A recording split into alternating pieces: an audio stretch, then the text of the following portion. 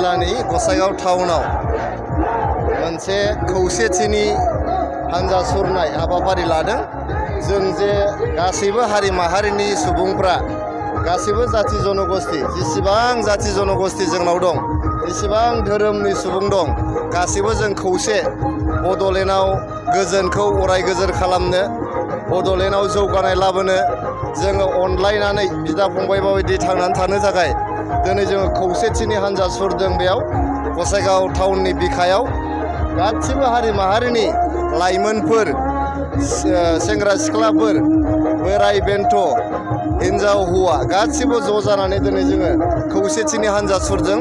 बेनि गेजेरजों जों बड'लेण्डबासि रायजोफोरनि गेजेराव जोंनि गेजेराव जे खुनु बेबायदि मोहेरलायनाय गैला, असान्थि गैला, जोंनि गेजेराव रागा जोंलायनाय गैला आरो सैलायै गैला।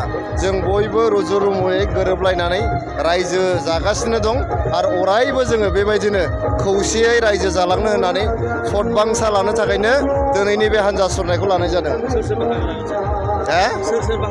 बे जोंनि जे खौसेथिनि हान्जा सुरनाय, बड'लेण्डनि खौसेथिनि थाखाय हान्जा सुरनाय, बेयाव जोंनि बड'लेण्डनि चिफ प्रमद बर' सारा बेयाव नुजाथिगोन।